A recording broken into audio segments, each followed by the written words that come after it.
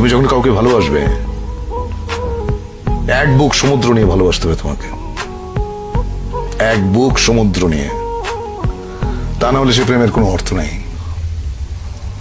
প্রেমে পড়ার মতো এত আনন্দদায়ক কিছু কি আছে পৃথিবীতে? আমি এখনো একটা মেয়েকে অসম্ভব ভালোবাসি, অসম্ভব। কে সে?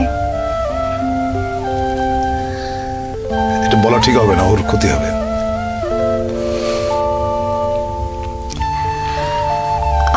আমরা কি চিনি?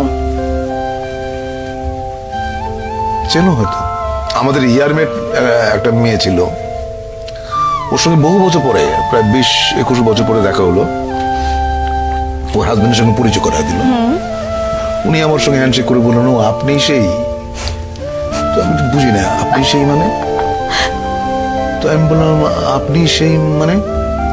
তখন মেয়েটা বলল, আমাদের ইয়ারমেট, সে বলল যে আমি বাসর রাতে আমার হাজবেন্ডকে বলেছি যে আমি হুমায়ুন ফরিদের প্রেমে পড়েছিলাম, কিন্তু 4 বছর একসঙ্গে কাটিয়েছি আমরা, ওকে বলতে পারি নাই।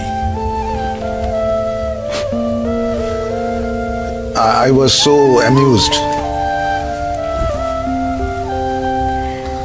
সে বললে কি হইতো আমি জানি না। আপনার কাছে প্রেমের সংজ্ঞাটা কি? প্রেম আপনি কিভাবে অনুভব করেন? প্রেম হচ্ছে স্বর্গীয়। এইটা মানুষের ভেতরে প্রেমের যে অনুভূতি, এটা পবিত্র এবং স্বর্গীয়। প্রেমে বহুবার পড়েছি, বহুবার। প্রেমে পড়ার মতো আনন্দ বোধহয় আর কিছুতে নাই। কিন্তু একটা জিনিস মাথায় থাকতে হবে, সেটা হচ্ছে যে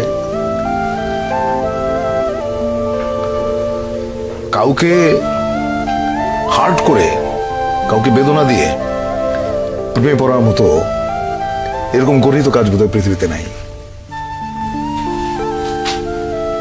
তুমি যখন কাউকে ভালোবাসবে, এক বুক সমুদ্র নিয়ে ভালোবাসতে হবে তোমাকে, এক বুক সমুদ্র নিয়ে। তা না হলে সে প্রেমের কোনো অর্থ নেই।